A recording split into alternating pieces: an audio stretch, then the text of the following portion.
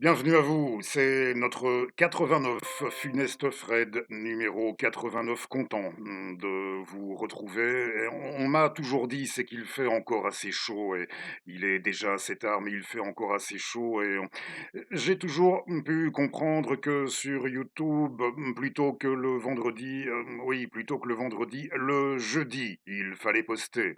Je ne sais pas si ce genre de choses a réellement beaucoup d'importance pour vous, hein. Alors, sans attendre notre fragment d'ouverture, et vous en entendrez un autre du même livre, du même auteur, dans pas très longtemps, dans le courant de ce numéro.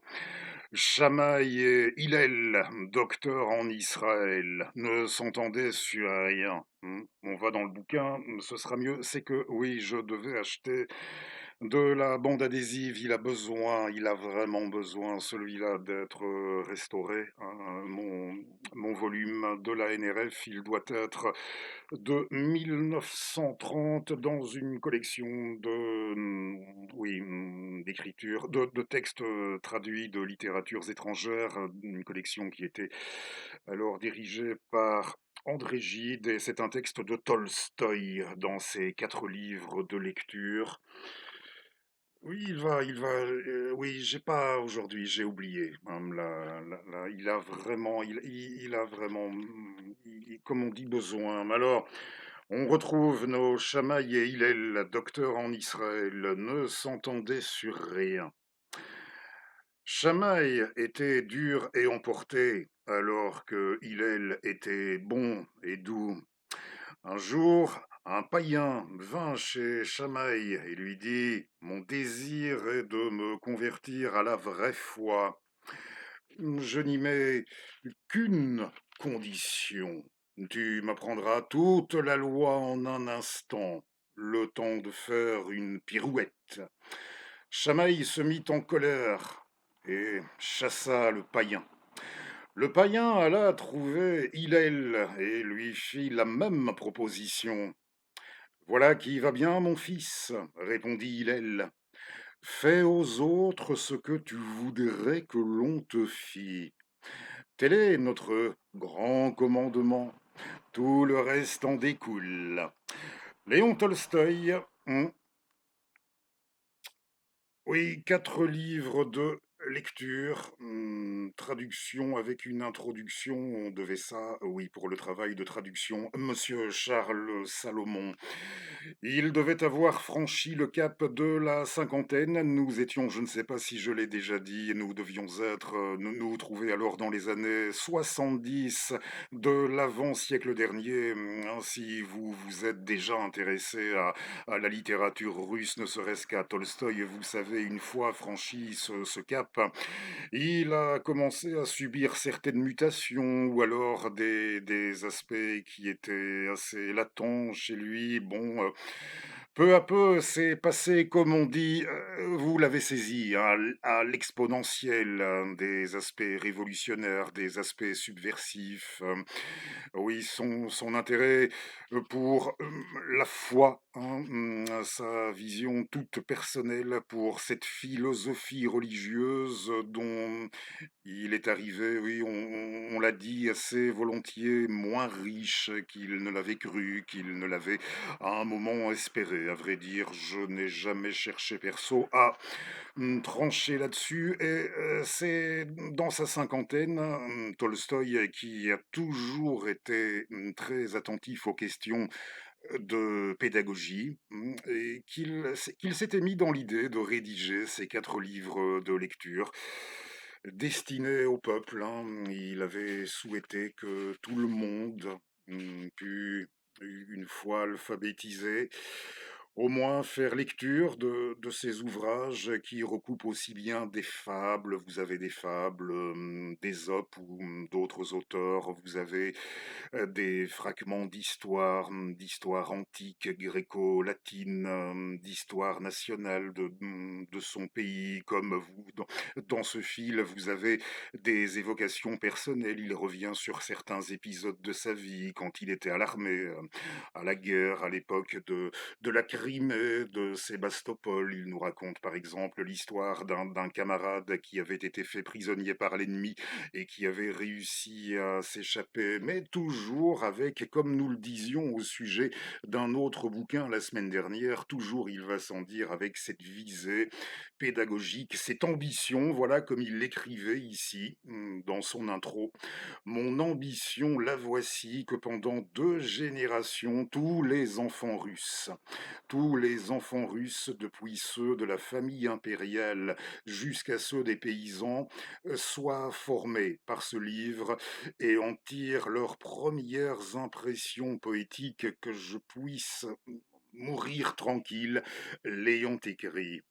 Léon Tolstoï, 1872, dans une lettre à sa cousine, la comtesse Alexandrine Tolstoï. Oui, il ne reculait pas devant l'expression de certaines ambitions qu'on serait en droit de trouver assez dithyrambiques, mais ça fait partie du personnage, comme de certaines vocations en cet avant-siècle dernier, où on y reviendra, hein. Ce n'est pas la première fois qu'on en parle, mais les auteurs qui avaient réussi à s'imposer en littérature, en poésie, en littérature, sur un champ assez large, dans diverses formes d'expression, une fois cette reconnaissance acquise, c'était presque comme un impératif.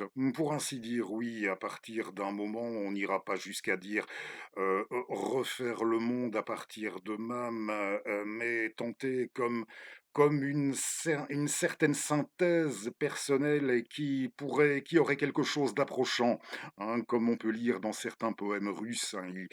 Oui, ça vient de là, cette formule que j'aime utiliser quand j'emploie cette expression, quelque chose d'approchant, quelque chose qui aurait pu être approchant de ça, de cette vocation-là. Et je vais vous lire un autre extrait de ces livres de lecture tolstoïens, et la semaine prochaine, ou dans un autre, on verra, si ce n'est pas la semaine prochaine, dans un autre numéro, je vous lirai un fragment de Knut Hamsun au moment où il a fait son voyage en Russie et dans l'Asie centrale. Il en est revenu avec un livre, lui aussi, le Norvégien, pardonnez-moi, Knut Hamsun, dans son bouquin, il parle de Tolstoï à un moment donné. Et ce sera intéressant, hein, si vous me faites la gentillesse de me suivre numéro après numéro, comme ça vous pourrez mettre en vis-à-vis ce que je vous aurai lu, ou de ces livres de Tolstoï, ou ce qui vous aura été donné à vous de lire de Tolstoï, bien sûr, le mettre en vis-à-vis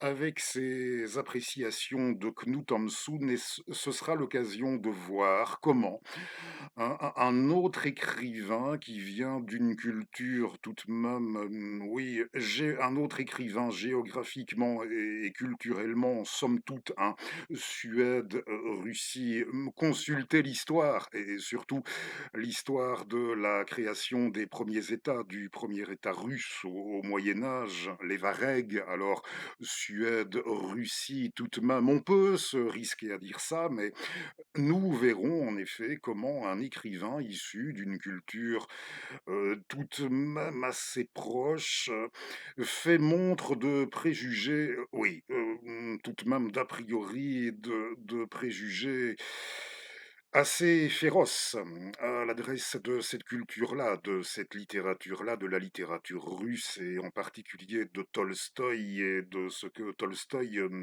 faisait, s'efforçait de faire, ce qu'il s'était fixé, pas, oui, comme but, ou les différents buts qu'il s'était fixés, ou davantage à partir d'une époque, hein, sous la plume de Knut Hamsun, vous verrez tout de même pas vraiment très gentil, sans rappeler comment lui, Knut, oui, sur le terrain des idées, il a fini. Non, on ne va pas le rappeler aujourd'hui, mais il n'était pas vraiment gentil, et on verra comment quelqu'un qui, d'entrée, fait montre tout de même, pour quelqu'un pourtant d'assez proche, de préjugés qui vont pour leur part assez loin, ensuite retombe, sur des éléments d'analyse à l'adresse de l'intéressé, à l'adresse de Tolstoï, là, qui, somme toute, seront là des plus pertinents. Donc on pourra mettre en balance. C'est promis, on fera ça. Mais avant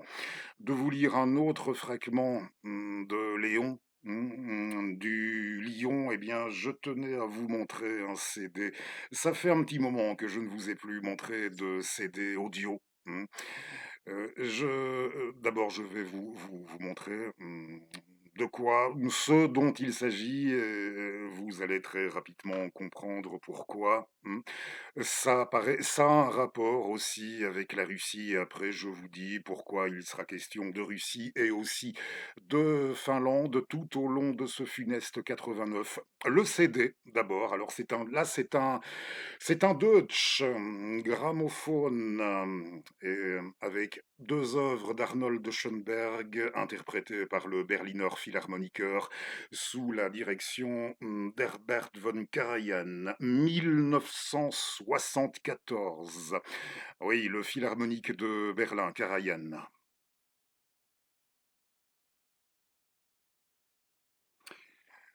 Oui, pour les mentions, les caractères au-dessus, c'était pas trop ça, mais demandez-le en moteur de recherche, hein, facilement reconnaissable pour la pochette, au temps du vinyle.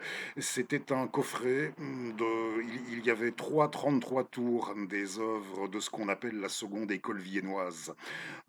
Chronologiquement, en commençant par l'aîné Schoenberg, puis je pense que c'était, oui, chronologiquement, comment, oui, l'aîné d'abord Schoenberg, puis je pense Alban Berg, et puis Anton Webern, et on a dit, je ne vais pas insister là-dessus, mais il n'est pas interdit de le souligner. On a fait observer qu'Herbert von Karajan, à qui vous êtes au courant jusqu'au bout, il y en a qui lui reprocheront vertement certains de ses antécédents NS dans les années 1930-1940 dans l'Allemagne de l'époque, Herbert von Karajan, hein, qui plus tard, dans ces années 1970, ça fait partie de ses meilleurs enregistrements, les plus brillants. Et j'acquiesce d'autant plus rapidement que je ne suis pas un inconditionnel de Karajan, hein. Il m'a introduit à pas mal de choses étant plus jeune, alors rien que pour ça, je n'aurais oui, je n'aurais jamais envie, à titre personnel, pour ça et rien que pour ça, d'envie particulière, de m'acharner. Mais j'ai découvert d'autres chefs avec le temps et depuis un moment, je ne suis plus à proprement parler un inconditionnel de Karajan. Mais c'est peut-être en intégrant, c'est ainsi qu'il le voyait, à la grande tradition de, oui, à cette grande tradition de direction d'orchestre à allemande qui lui était chère, ces compositeurs, qu'il aura donné le meilleur de lui-même dans sa direction d'orchestre, comprenez, en enregistrant les compositeurs qui devaient être ceux perçus comme les plus dégénérés par le régime NS, hein, à commencer par Schoenberg, le CD de 74 que vous avez vu, Arnold Schoenberg. Et pourquoi je vous montre un CD de Schoenberg? Ce sont des œuvres, nous allons dire, parmi les plus accessibles.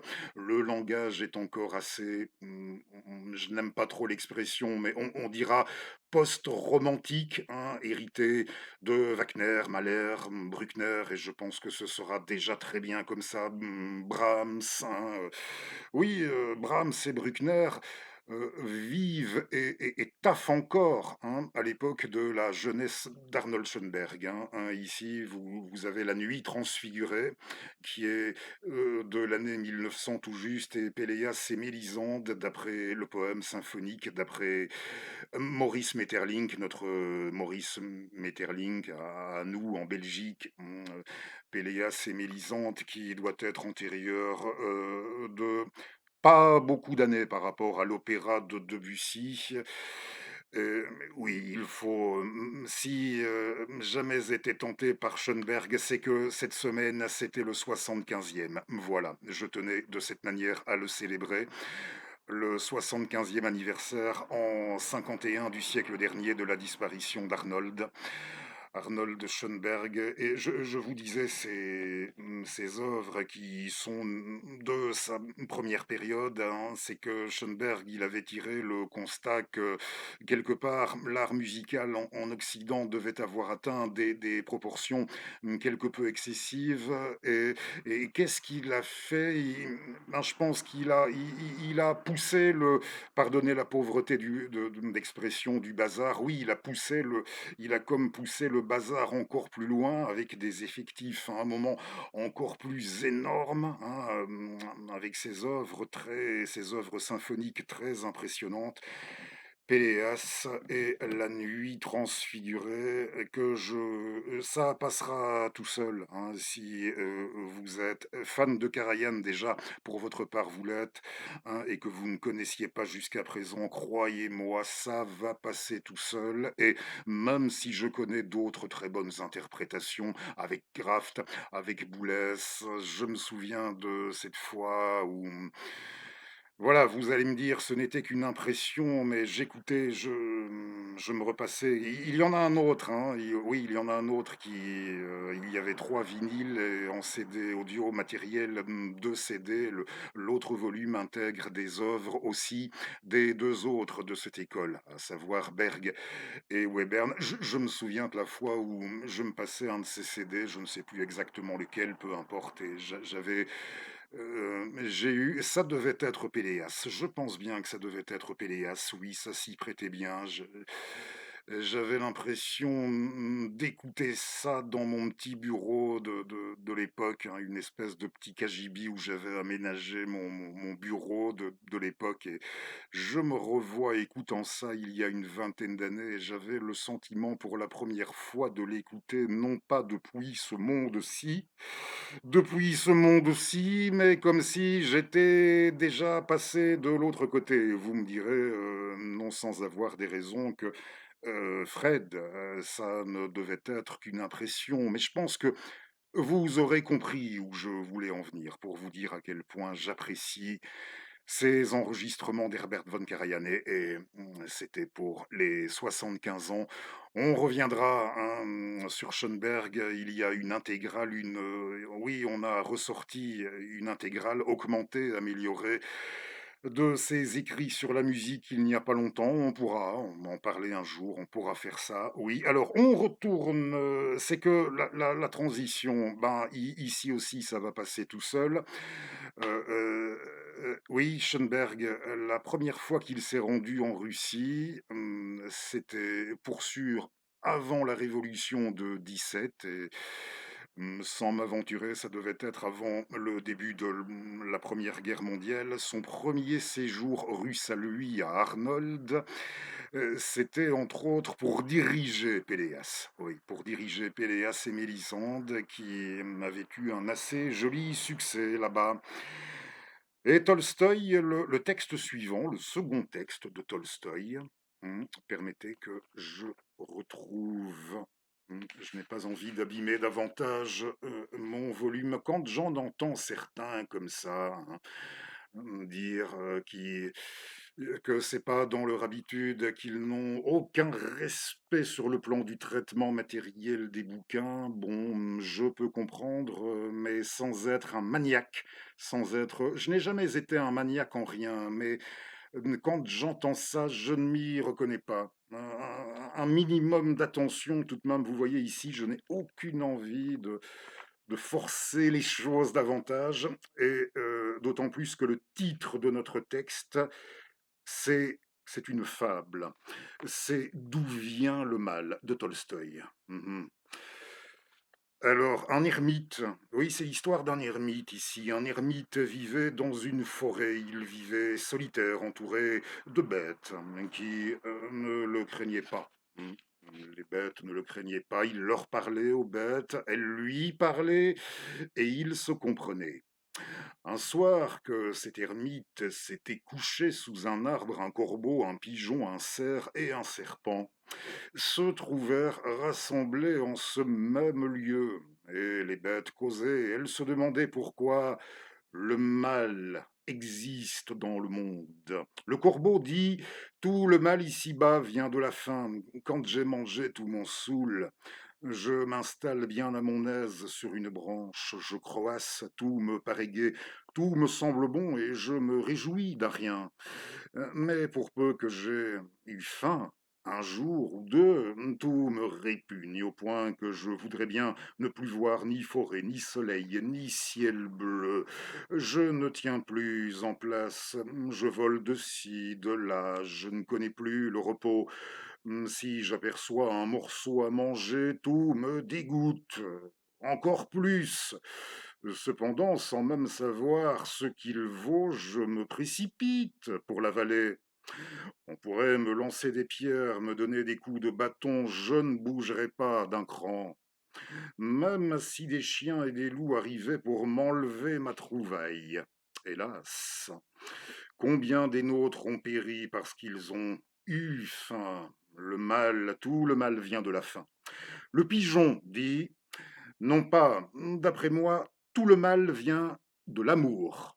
De l'amour. Si nous vivions solitaires, nous aurions peu de soucis. Seuls, on n'est jamais pauvre, ou du moins, on l'est tout seul. Mais voilà, il nous faut toujours vivre en couple. Alors on aime sa compagne et le repos s'en va.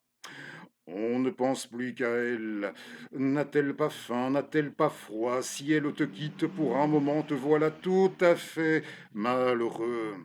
Et si un épervier l'emportait, si elle se laissait prendre par l'oiseleur, te voilà parti à sa recherche et tu tombes en quelque danger. L'épervier n'est pas loin et les raies sont tendues.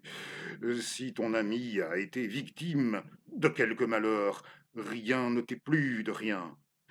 Si ni le manger, pardon, ni le manger, ni le boire, tu ne vis plus que pour chercher ta camarade et pour pleurer sur elle. Combien d'entre nous ont fini comme cela? Le mal, tout le mal vient de l'amour. Le serpent dit: ce n'est ni la faim ni l'amour, le mal vient de ce que nous sommes méchants. Méchants, si nous savions vivre en paix, il n'y aurait plus de fâcherie, tout nous paraîtrait pour le mieux. Bien au contraire, quelque chose se fait-il contre notre gré, nous voilà tout en colère, irrités d'un rien. Nous ne pensons plus qu'à nous venger sur autrui du mal qui nous a été fait.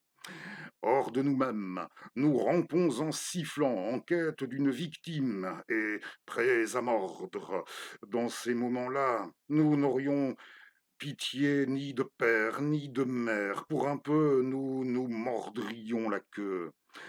Et notre fureur ne s'apaise que quand elle fait notre perte. Tout le mal d'ici-bas vient de la méchanceté. Le cerf dit à son tour: non, ce n'est pas de la méchanceté, ce n'est pas de l'amour, ce n'est pas de la faim que vient le mal dans ce monde. Tout le mal vient de la peur.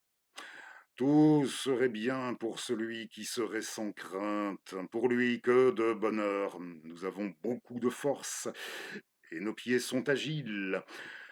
Des petites bêtes, un coup de corne nous débarrasse. Quant aux grosses, il n'y a qu'à se sauver, et cependant on ne peut s'empêcher d'avoir peur. Qu'une branche craque dans la forêt, que les feuilles bruissent, te voilà tout tremblant, ton cœur bat, à se rompre, tu fuis devant toi, à perdre haleine.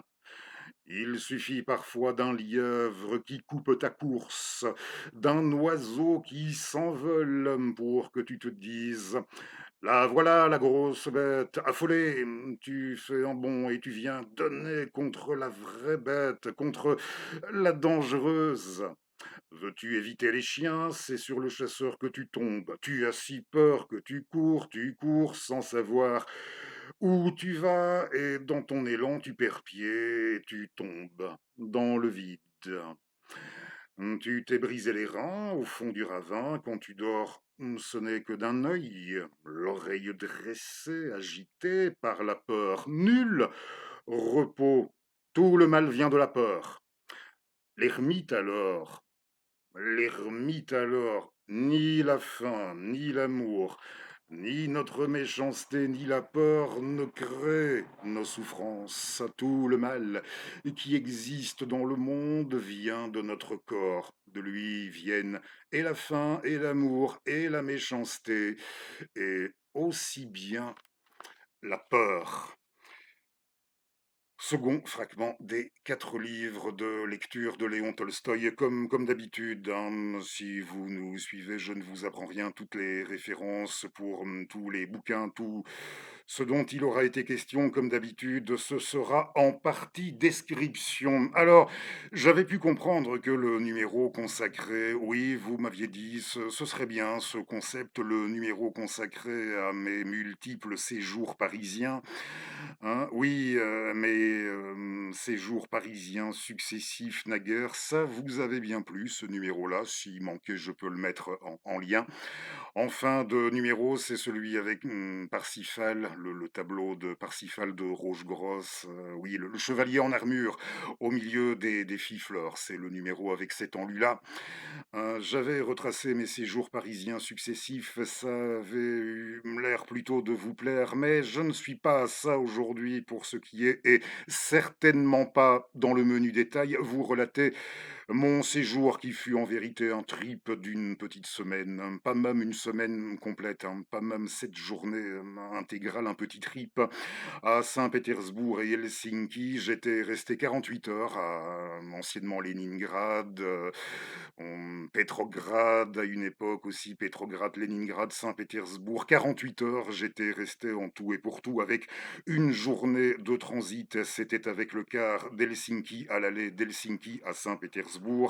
Et même chose, une journée dans l'autre sens. J'avais disposé, ayant disposé d'une, pour ainsi dire, j'étais parti, mon trip, hein, j'avais pris l'avion à Zaventem, aéroport Zaventem, Bruxelles chez nous, en Belgique, c'était, je crois, le lundi matin, et j'étais rentré le dimanche suivant en fin d'après-midi. Et de même que j'avais pu disposer, pour ainsi dire, de toute la journée du lundi pour me balader en Finlande, à Helsinki, dans la capitale, eh bien, j'avais disposé, même chose pour ça, d'encore près de l'entièreté d'un week-end, d'un petit week-end pour ça. Et j'en ai déjà parlé, hein, raison pour laquelle je dis, bon, rien que 48 heures et sous la forme, je dois dire, d'un circuit touristique assez étriqué. On se contentera de dire ça, oui, express, hein. Et je ne suis pas à ça, aujourd'hui, mais c'est vrai que dans l'ensemble, j'aurais, oui, au sens large, le plus largement, au sens large, j'aurais le plus largement profité de mon séjour. Ça aurait été celui, d'Helsinki, davantage que celui à Péter, hein, dans l'ensemble tout de même. Je n'ai pas le cœur à ça aujourd'hui. Déjà, oui, je me dis, nous étions en mille, ça fait 30 ans, c'est parce que ça fait 30 ans tout juste ce mois-ci, mon trip.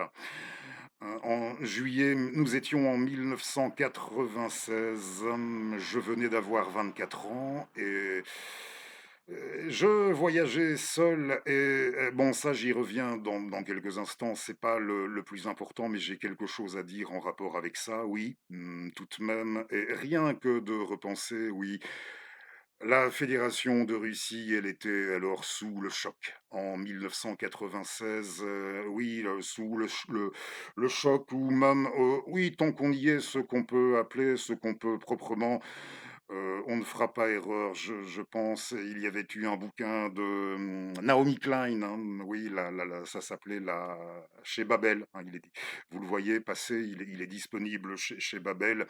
La stratégie du choc, la stratégie du chaos, et le pays, il était sous le choc de cette stratégie, thérapie, entre parenthèses, oui, ça aussi un peu plus loin. J'y reviens et rien que non, je n'entrerai pas dans le détail, hein. Je n'y suis resté que 48 heures, mais si vous le permettez, bon, ça faisait quelques années que je m'intéressais à ce pays, à son histoire, à mon oui, à mon échelle tout à fait humble encore une fois et il m'avait été donné d'observer, certaines choses, des particularités locales ou non et rien que d'y repenser à ce pays en état de choc. Voilà, on se contente de dire ça.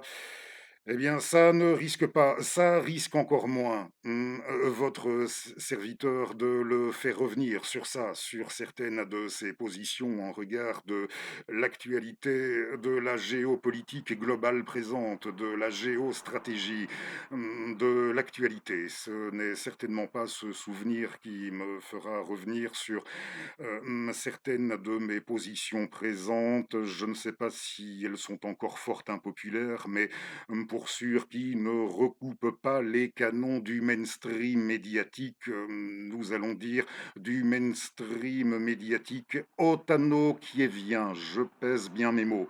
Le mainstream médiatique otano-kievien, ça risque pas pour votre serviteur d'aller davantage dans le sens de ces canons-là,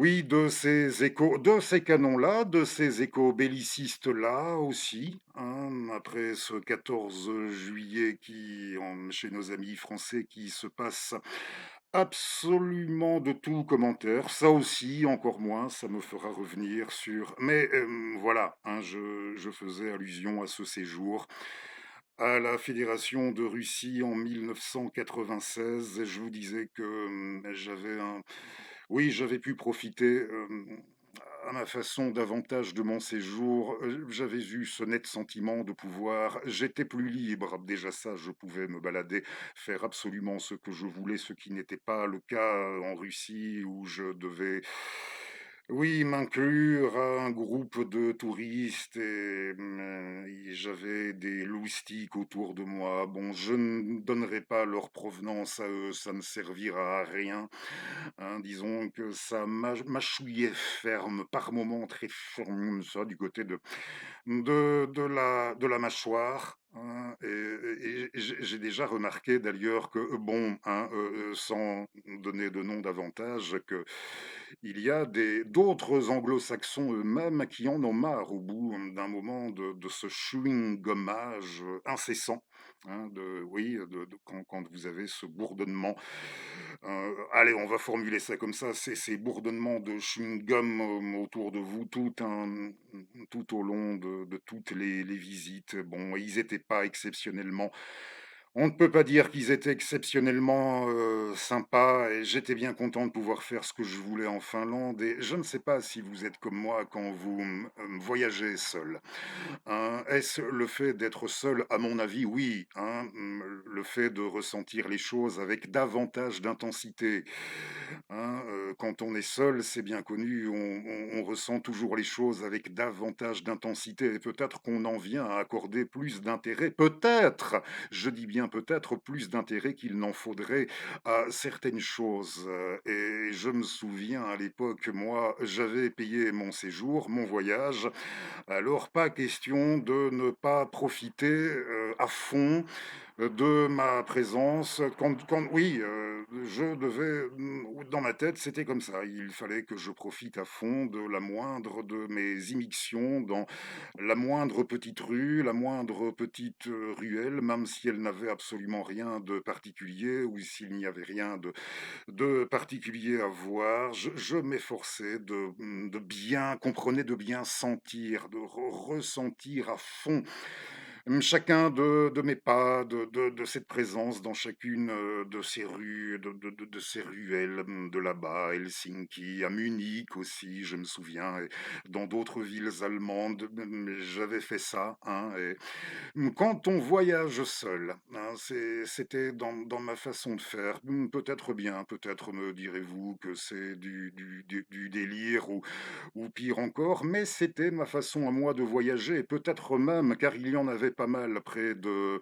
Ils aiment bien ça là-bas, comme en Russie, comme chez leurs voisins, il y a un goût très prononcé pour statufier les leaders, ou pas juste les leaders, les politiciens en général, et je suis sûr que j'ai dû m'attarder plus longtemps au pied de certaines statues de politiciens finlandais.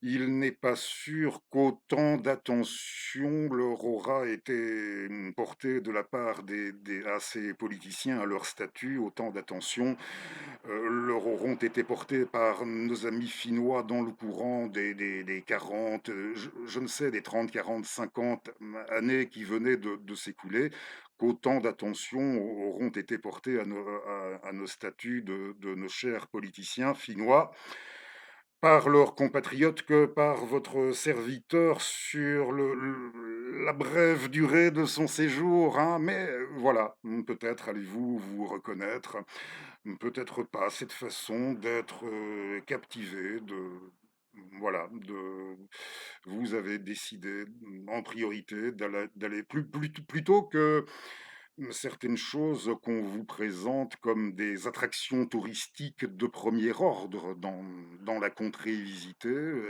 eh bien non, vous préférez vous tourner vers des choses peut-être plus anodines, plus menues, ou voire moins marquantes, moins symboliques. Oui, la Finlande, je parlais au sujet de la Finlande, hein, on va faire, dans ce numéro, on fait un peu d'histoire politique, mais si ça peut vous rassurer dans l'ensemble, on n'en fera pas trop non plus. Quand j'entends dire, hein, quand j'entends dire que c'est que, avant toute chose, hein, je vais vous montrer une nouveauté. Ben oui, ce sera la seule de ce numéro, mais j'aime beaucoup ce qu'il écrit, ce garçon, cet auteur finlandais, ce jeune auteur finlandais de romans policiers qui est en pleine ascension pour le moment, qui est traduit dans pas mal de langues. Je l'apprécie beaucoup. Marttu Tuominen, oui, Tuominen, je l'apprécie notamment parce il doit en avoir tout de même, en rapport avec ce dont nous parlions il y a quelques instants. Il n'a pas peur de s'inscrire à contre-courant par rapport au vent médiatique, hein, au vent médiatique de son époque, pour sûr, au vent médiatique que nous avons déjà dit, que nous avons déjà désigné par son nom, hein. Et je pense qu'une fois ça suffit, alors oui, je pense bien qu'on peut dire ça de lui. Il en a, Artu Tuominen, et ici c'est son dernier livre qui est sorti en poche, Tous les silences. Il y a un ruban promotionnel, c'est chez Point, chez Seuil, chez Point. Le ruban promotionnel, les zones d'ombre du passé nazi de la Finlande. Dernier livre sorti en poche de Tuominen.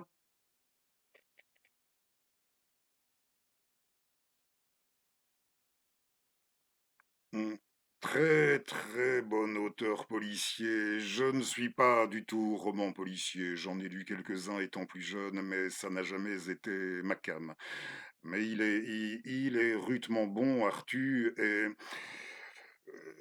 c'est que il nous parle en effet, il revient, hein, ce qui est écrit dans le ruban promotionnel, vous l'avez vu, immanquablement, il revient là-dessus, et l'action du récit. Ça se passe en Ukraine durant la Seconde Guerre mondiale. Je ne vais pas plus loin, mais ce dont je voulais quelques instants débattre avec vous, c'est que quand j'entends dire au sujet de l'Ukraine oui, en tant qu'objet médiatique, la manière dont on nous la vendait, aux alentours de l'an 40 du siècle dernier, dans nos médias, hein, la façon dont on nous la vendait l'Ukraine au moment de la guerre d'hiver, ils ont résisté, il faut le reconnaître, ils se sont battus assez courageusement contre l'armée rouge qui, en ce, n'était pas des mieux préparés, il faut le reconnaître aussi. Ce n'est pas interdit dans la foulée de se demander de même si Oui, c'est dans l'hypothèse où les Finlandais où nos amis finlandais auraient accepté les propositions de Staline, si la Seconde Guerre mondiale n'aurait pas fait, sensiblement moins de victimes, hein. Bon, mais voilà, oui, il y a eu ce qu'on a appelé la guerre d'hiver, hein. Il faut se dire déjà que de tous les pays qui, à un moment donné, ont combattu, aux côtés des forces de l'Axe, ce sont les seuls. La Finlande, c'est le seul État qui a payé, remboursé, sa dette de guerre et en même pas 10 ans, même pas 10 ans après l'armistice d'octobre 1944, tout était, intégralement remboursé, la guerre d'hiver et puis la problématique est pour sûr, hein, davantage de ce qu'on a appelé la guerre de continuation, pour reprendre les zones, les territoires perdus, et vraisemblablement davantage aux côtés des forces de l'Axe. Et là, il faudrait peut-être, ce n'est pas très connu, les responsables, les va-t-en-guerre dans ce contexte de guerre de continuation finlandaise chez eux, après le conflit, ils ont été poursuivis, ils ont été jugés, hein, oui, les fauteurs de guerre. Alors, oui, le remboursement de leurs dettes, les poursuites pour les fauteurs dans cette guerre de continuation. Il faut bien se rappeler de même que les accords Hitler-Mannerheim entendaient qu'en aucun cas des troupes finnoises ne prendraient part au siège monstrueux de Leningrad. Mais il y eut des unités, des volontaires finlandais, des volontaires finnois dans les rangs de la SS, de la Waffen-SS, comme le bataillon Kolani, hein, c'est sûr.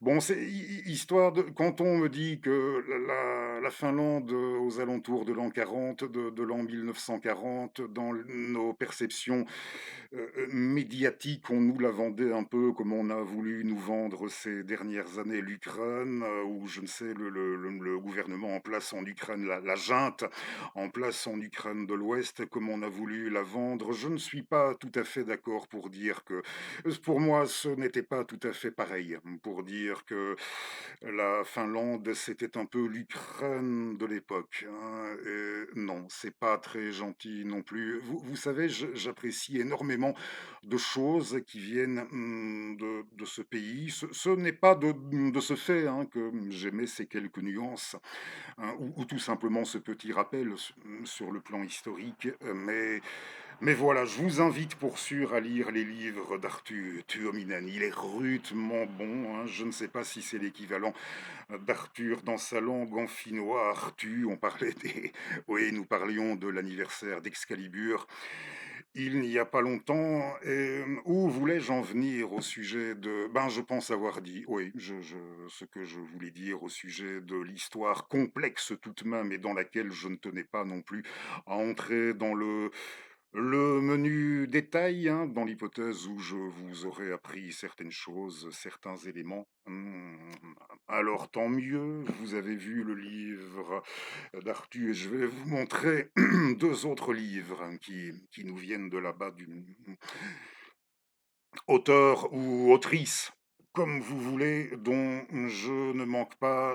Ce n'est pas sûr, hein, je ne pense pas qu'on traduit systématiquement tout ce qu'elle fait dans notre langue, mais en français, je ne manque jamais rien d'elle. Jamais rien de Madame Lena Lander, hein, qui doit être l'aîné de votre serviteur de quelques années, oui. Et voici 20 ans tout juste, un de mes romans préférés, pour sûr, ça doit être mon roman venant de là-bas préféré, Obéir, hein, c'est son titre, hein. Oui, Obéir de Lena Lander. Alors là, on a parlé un peu de l'histoire complexe finlandaise à l'époque de la Seconde Guerre mondiale, des années 30, 40, et ici on remonte à ce qu'on a appelé la guerre civile finlandaise de 1918, peu de temps après la révolution de 1917 en Russie. C'était le Grand-Duché de Finlande. Jusqu'à la révolution de 17, le Grand-Duché de Finlande, vassal Du tsar, de toutes les Russies, de celui qu'il était jusque-là en 1917. Et puis il y a eu, pardonnez encore la pauvreté, il y a eu de la bagarre entre les blancs et les rouges. Et dans ce livre, Obéir, qui a 20 ans tout juste, il était sorti à la rentrée 2006.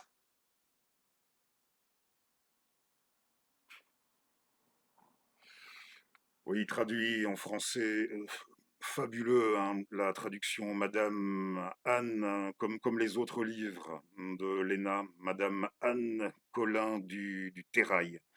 Fabuleux, la traduction. Dites-vous que c'est celui-ci, Obéir, et l'autre, que vous allez voir dans quelques instants, le roman de Saïda, je vais vous le montrer aussi, celui qui est sorti dans notre langue quelques années après, c'était, oui, quelques années tout de même, c'était en 2014, ces deux bouquins. C'est au-dessus du roman lambda, comprenez. Oh, je ne tiens pas spécialement, ne voyez rien de dépréciatif dans ma bouche, hein, mais le bon roman de divertissement, le bon roman d'aventure, et je n'ai rien contre le principe, mais c'est nettement au-dessus du bon roman, du concept du bon roman d'aventure et de divertissement de vacances, d'été ou pas même d'été, hein. C'est tout de même quelques étages au-dessus, ce qu'elle écrit, Lena Lander. Et dans Obéir, là, on fait la connaissance d'une femme, oui, d'une assez jeune femme, et qui a intégré, qui s'est retrouvée dans le camp des Rouges, moins par conviction que sur le plan, ça peut être sur un plan sociologique, mais avant toute chose pour des raisons relationnelles, nous dirons, et elle se retrouve à un moment donné prisonnière des Blancs, et on est déjà au moment où les Rouges ont... Oui, c'est foutu pour les Rouges, là, en Finlande, à l'issue de ce conflit. Hein, et il y aura tout de même quelque chose comme 7000 communistes fusillés à l'issue de ce conflit, et notre héroïne, elle va être confrontée à un policier, un interrogateur qui travaille pour les Blancs, hein, et pour le gouvernement qui est sur le point de s'imposer pour tout le régime, qui est sur le point de s'imposer pour tout le pays, le camp des dits nationalistes. Alors, il y a, oui, ce flic qui est un écrivain raté, je ne sais pas trop, mais s'il a fait ce choix tout de même de faire ça, de s'occuper du sale boulot, hein, oui, en somme, quelque part, de la répression des fusillés ou pas fusillés, des interrogatoires dans ce sens. Et c'est qu'il y a, oui, il devait y avoir quelque chose, mais qui avait dû merder dans son parcours, tout du moins dans son parcours d'artiste à partir d'un moment. Et c'est que son boulot, dit froidement, objectivement, il l'assume, il le fait plutôt bien, même si, sans tout spoiler, hein, et certainement pas, tout spoiler, ça ne va pas nécessairement avoir fait ce choix, ça ne va pas nécessairement lui porter chance, et vous aurez le temps d'apprécier toute la finesse de la personnalité, tous les aspects un peu fins et singuliers, hein, dans les aspects de la personnalité de notre héroïne, et peu à peu va se tisser comme oui, un schéma, une relation, on peut dire, sur fond d'enquête judiciaire, oui, et de contexte historico-politique, nous l'avons dit, hein, sur ce double fond. C'est l'histoire d'une relation triangulaire qui a peut-être bien quelque chose de shakespearien. Au bout d'un moment, en tout cas, c'est l'un des meilleurs livres qu'il m'ait été donné de lire, et pour sûr l'un des meilleurs écrits par une femme ou mettant en scène, ayant, oui, pour personnage principal une dame, Obéir de Lena Lander, et ça s'appelle tout simplement comme ça, le verbe obéir du deuxième groupe à l'infinitif présent. Et je vous montre aussi ce silence. Je ne sais pas pourquoi ni l'un ni l'autre ne sont jamais, car les Actes Sud, souvent, c'est chez Actes Sud. Si je ne l'ai pas encore dit, ces deux bouquins de Léna, c'était chez Actes Sud. Bien souvent, après, ça va chez Babel, en poche. Et à ma connaissance, on ne les a jamais vus sortir en poche. Un jour, peut-être. Alors, le suivant, qui était d'un format un peu plus grand, en neuf, Le silence de Saïda.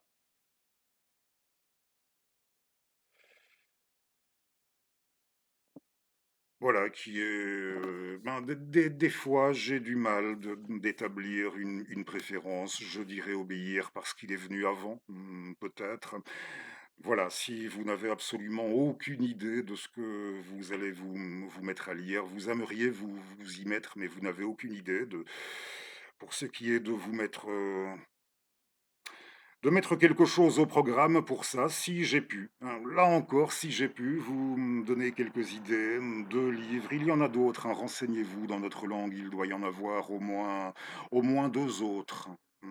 Oui, si ça vous dit, n'hésitez pas à me le dire en réaction, en commentaire, quand vous avez envie que je revienne sur un bouquin ou sur un auteur, l'auteur de tel ou tel livre. Il ne faut pas, encore une fois, il ne faut pas avoir peur. Oui, je me répète par rapport à la semaine dernière, mais puisqu'il y en a certains qui, des fois, m'avouaient se sentir intimidés par votre serviteur, je me demande bien ce qui pouvait les intimider, mais bon, c'est la dernière fois, le t-shirt, c'est promis. C'est la dernière fois. Et je trouvais que ça passait plutôt bien et relativement bien en rapport, je vais peut-être dire n'importe quoi là, relativement bien en rapport avec nos thématiques, avec nos symboliques. Vous voyez, Tolstoï, Léon, Tolstoï, le lion, oui, il y en a sur mon t-shirt. Je pense n'avoir rien oublié de ce dont j'avais émis le souhait de vous montrer. Et pour terminer, eh bien, oui, un petit mot sur l'enluminure de ce numéro. Normalement, nous parlions de lui la semaine dernière, hein, et oui, là aussi un policier, hein, dans l'autre camp, hein, et dans le contexte de la Russie, des affrontements de ce que là aussi on a désigné toute une époque chez les historiens. Hein, je ne sais pas si c'était l'appellation la plus appropriée, la guerre civile russe, hein, de 1918 à 1921, 1922. Nous parlions la semaine dernière d'une gerne et de même, pour ne pas faire de jaloux, hein, et ce ne sera pas davantage, je dis bien par admiration. La semaine dernière, vous aviez la photo du tout jeune, franchement juvénile, tout gamin, hein, le baron fou, le baron Ingern, et pour ne pas faire de jaloux, eh bien, celui de l'autre camp, celui qui aura été parmi ceux qui en sont venus à bout. Je ne sais pas trop ce que la Russie aurait donné si elle avait été dirigée par Roman Ingern. Bon, là aussi, c'est une question qu'on peut se poser. Je ne sais pas quel est votre degré d'intérêt par rapport à l'histoire contemporaine, l'histoire russo-soviétique, et bien de même qu'on a eu une gerne, on en lu pour le numéro 88, pour ce 89, ce sera Félix. Félix Dzerzhinsky, pas davantage par admiration dans le chef de votre serviteur, hein, quitte à faire de la peine. Ce n'est pas à 54 ans que je vais me découvrir le communiste. Je dis ça pas seulement pour éviter les insultes, hein, quand je dis pas la peine pour les insultes, mais bon, au besoin. Hein, mais dans l'absolu, non, ce n'est pas à 54 ans que je vais m'inventer le communiste que je n'ai jamais été. Je disais déjà ça à 45 ans, je disais déjà ça avant. Hein, mais si vous voulez le fond de ma pensée, oui, juste le fond de ma pensée, résumé dans les grandes lignes, hein, Félix, dans l'hypothèse où vous seriez choqué, franchement, par le choix de notre enluminure avec celui qui fut le premier chef du futur KGB, Hein, Félix Dzerzhinsky, il a combattu pourquoi lui? Il a combattu pour, permettre la mise en place d'un régime qui aura permis de sortir de l'analphabétisme, quelque chose comme 150, peut-être plus, quelque chose comme 150 millions d'êtres humains. Hein, oui, 150 millions d'êtres humains, et l'ancienne Union soviétique, aura été jusqu'à ce qu'on a appelé son effondrement, à vous de voir le terme le plus adéquat. C'était le pays au monde où les gens lisaient le plus, lisaient si vous voulez consommer le plus de livres, et déjà rien que pour ça, avec la meilleure volonté du monde, vous ne m'aurez pas. Voilà, vous n'entendrez pas les arcs réflexes qu'on entend pour sûr dans la bouche, d'intervenants peut-être plus dans le vent, davantage dans le vent que votre serviteur, sur cette plateforme. Alors déjà rien que pour ça, non, mais oui, sortir les gens de comme il y avait eu l'électrification de la Russie, hein, sortir les gens de l'analphabétisme, et faire en sorte aussi que cet État puisse venir à bout, au prix tout de même d'un lourd tribut, hein, du Troisième Reich. Dans la Seconde Guerre, et ne venez pas me sortir la légende de l'aide matérielle US, hein, qui, concrètement n'aura pas dû dépasser les 10%, hein. Pas la peine. Envoyer le premier homme dans l'espace aussi, hein, et si vous y tenez absolument, la répression, le goulag, le goulag, hein, le goulag, l'administration pénitentiaire, c'est quand, hein, il y en a trop qui, c'est sûr, il y en a trop, beaucoup trop, qui, n'en sont jamais revenus, hein. Je n'ai jamais avancé le contraire, n'allez pas croire. Mais c'est quand on n'était pas initialement destiné à tuer, à, exterminer, et la population du goulag de cette administration à son apogée, ça ne dépassait pour ainsi dire pas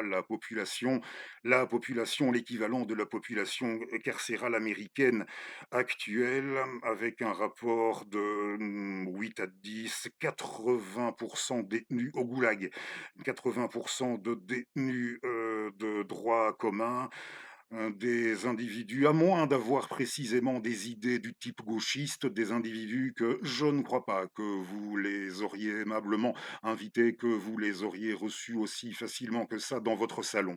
Hein, c'est 80 de détenus, de droit commun de cette administration pénitentiaire. Bon, vous en déduisez absolument tout ce que vous voulez. Les exécutions, le nombre exact, conformément aux archives des services de la police soviétique, 1 million d'exécutions, c'est déjà 1 million de trop, vous allez me dire, et je ne vais pas prétendre, que vous avez tort, mais voilà, et c'est le chiffre déjà, bravo à lui, hein, parce qu'on a tellement diffusé n'importe quoi. C'est le chiffre déjà qui m'avait été donné la première fois qu'on m'avait enseigné la révolution russe en cinquième secondaire. Mon professeur d'histoire en cinquième secondaire, je le salue, c'est le chiffre qu'il avait donné. 1 million d'exécutions par la police soviétique, dont Félix avait été le fondateur, le premier chef, comment disait-il? Le premier commissaire du peuple, chef de la Tchéka, 1 million de 1917 à 1960, faut-il rappeler, d'autant que ça, ce n'est pas enseigné à nos gosses dans nos écoles, que dans la Fédération de Russie, oui, à côté de ça, dans la Fédération de Russie, dans les années 90 du siècle dernier, on estime que 5 millions de Russes périrent de l'application de cette stratégie de choc, de cette politique, de cette stratégie de choc néolibéral. 5 millions de Russes, sans parler, on me rapporte en train, et 2 millions de leurs sœurs vendues à destination des bordels du Proche-Orient, et je pense que ça ira comme ça. Alors à vous de Voilà, d'établir les vis-à-vis, d'en déduire absolument tout ce que vous voulez, hein, et si malgré j'ai dit que ce n'était pas un poste politique et que ce n'était pas par admiration particulière pour le personnage, mais ce sera Félix, ce sera lui en enluminure, avec un timbre polonais. Je l'avais, j'en avais un exemplaire de ce timbre. Je ne sais pas, oui, peut-être que j'aurais pas dû. Je le promenais volontiers avec moi à une époque où j'enseignais à des ressortissants, hein, lorsque j'avais des ressortissants des anciens pays du bloc de l'Est, que ça aurait pu, je dis bien que les concernant, que ça aurait pu les intéresser, ça aurait pu capter leur attention, et bien souvent c'était le cas, ça leur rappelait des souvenirs, parce qu'il était originaire de Pologne. C'était un timbre polonais de l'époque communiste, oui. Encore un pays, la Pologne, un pays pour sûr qui, communiste, n'aurait jamais dû le devenir. Normalement, il a fallu le contexte très particulier, là aussi, pour contexte géostratégique de l'après 1945. Et je me disais, hein, pour vous montrer encore quelques bouquins, avant de prendre congé de vous, 2 livres sur la Pologne au siècle dernier, que vous n'aviez peut-être pas encore vus dans Funeste Fred, chez nos amis de chez Delga. Je vais d'abord vous montrer le livre de Monica. Oui, de Monica, si jamais elle tombe sur notre vidéo. Salut à Madame Monica, la camarade Monica Karbowska. C'est son livre. J'ai d'autant plus envie de le présenter qu'un jour j'ai pu lire un commentaire de notre amie où elle déplorait vraiment, elle estimait que ça n'aurait rien eu de scandaleux si elle avait pu tout de même, si l'éditeur avait pu faire davantage de promotion de manière à écouler davantage d'exemplaires. Je rapporte ce qu'elle avait, oui, sa proposition à elle, qui n'avait rien de scandaleux pour sûr, hein. Son livre de la Pologne populaire à l'hiver capitaliste, texte d'histoire et d'espoir de Monika Karbowska.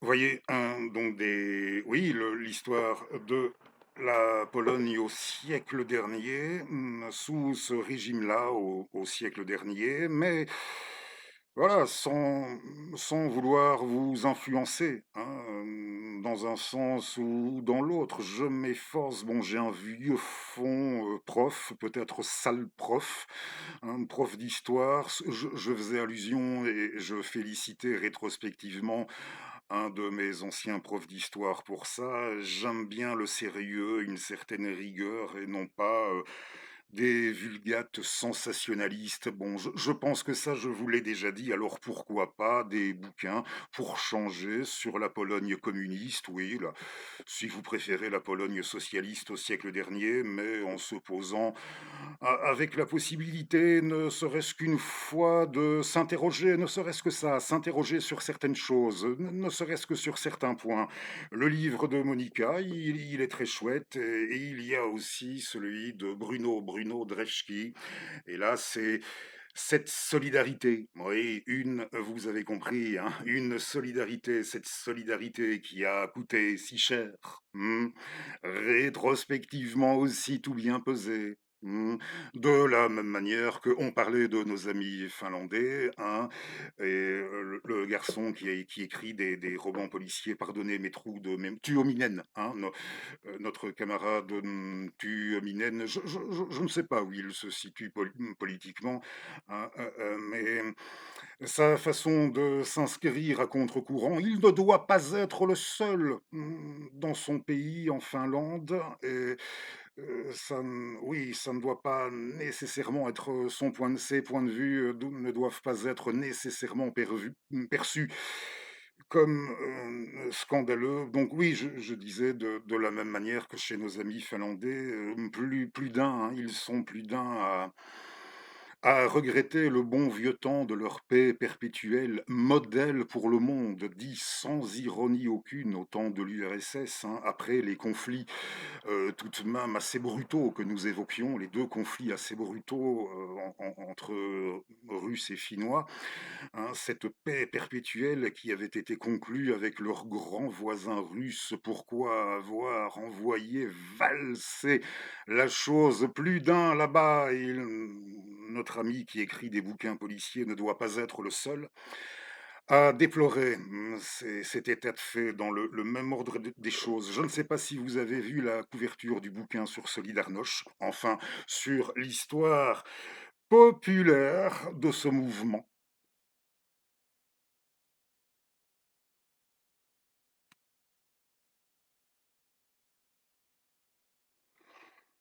Bruno Ndrevski, toutes les références en partie description, et je vais me faire un plaisir aux éditions Delga, les deux bouquins qui viennent de passer, les deux bouquins d'histoire contemporaine, de même que chez Delga, l'édition française il y a quelques mois. C'était chez nos amis de chez Delga. De même l'édition française fort attendue de nous autres, hein. Plus d'un. Nous étions aussi à l'attendre. Le guillemettant, Russie-Occident, une guerre de 1000 ans. Hmm. Quand je vous parle de ce contre-courant, là encore, la russophobie de Charlemagne à la crise ukrainienne. Le livre de Guy Mettan. Ce n'est pas la première fois, mais bon, je ne vais pas me priver. Une semaine de 14 juillet comme celle-là, je ne vais pas me priver.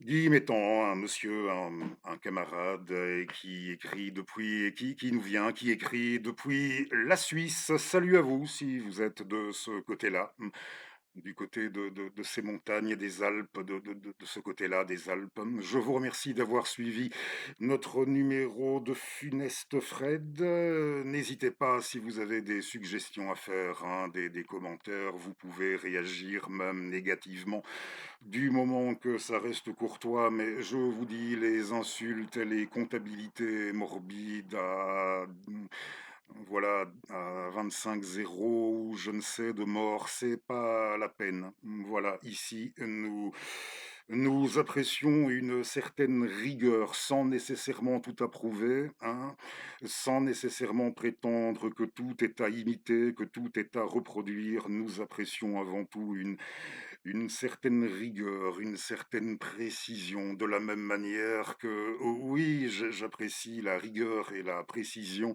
je vous l'avais dit une fois, des splendides, oui, des maquillages de la sublimissime Marion Moretti, Marion Caméléon sur YouTube, hein.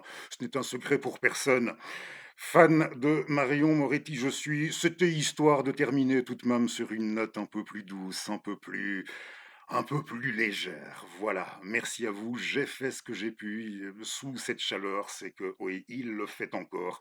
Assez chaud. Non, je ne pense pas avoir oublié quoi que ce soit. Et si jamais je me rends compte que en cours de route, un élément ou l'autre, eh bien, ce sera ou en partie description ou avec votre serviteur en partie comment. À bientôt. Merci encore. Bye.